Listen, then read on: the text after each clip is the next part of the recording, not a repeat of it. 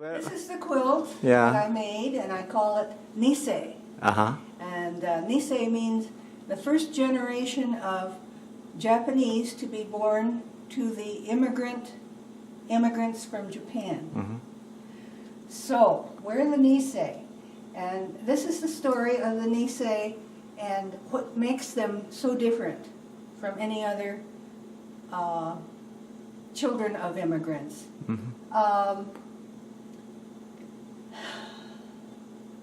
It looks Japanese when you look at the overall quilt. But if you come in close and look at it, you'll realize it's mostly American. It's like the NISEI. We look Japanese, but we are American.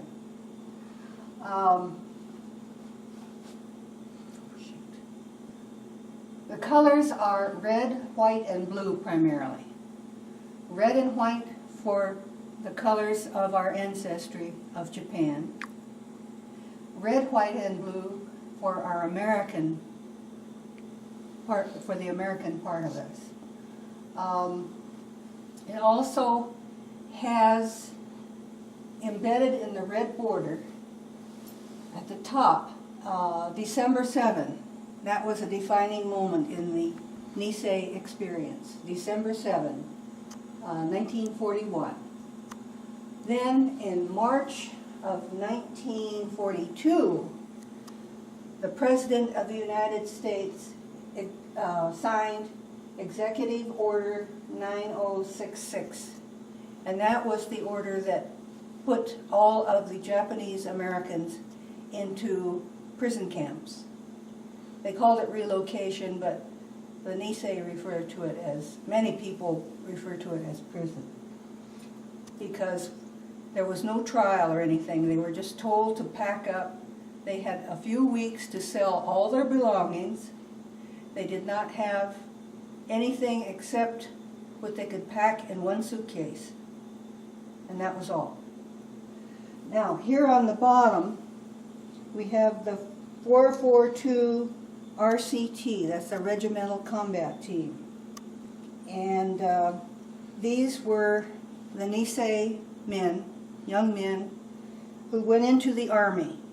Now, the U.S. did not want them, but they finally decided to let them have their own separate combat team because they didn't want them to mix with other people. Also, they did not want them to go into the Pacific to fight against relatives.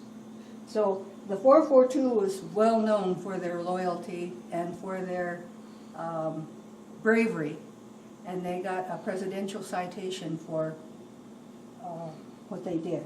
And that in turn turned the American people over time into supporters of the Japanese Americans.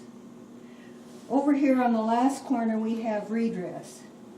And that came about because the younger generation of Japanese Americans, the Sanseis, said that what had happened to the Niseis and the Iseis, the immigrant parents, was wrong.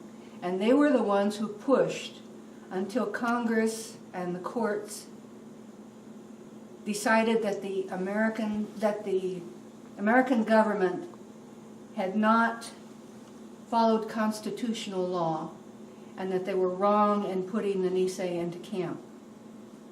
So then they issued a letter to each person who was still living, who had been in camp, and it was an apology from the President of the United States. Plus they got $20,000 in redress, hopefully to heal some of the wounds.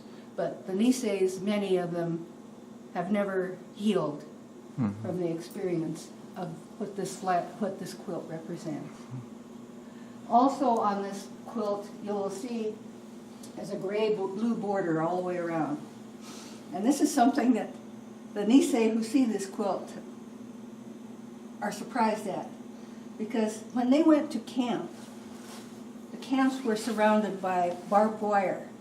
And they had armed guards with their guns pointed to the inside of the camp, to the Japanese Americans. So on the all the way around here, I've got barbed wire. This is a barbed wire pattern. And that's it. Thank you. It's a beautiful story.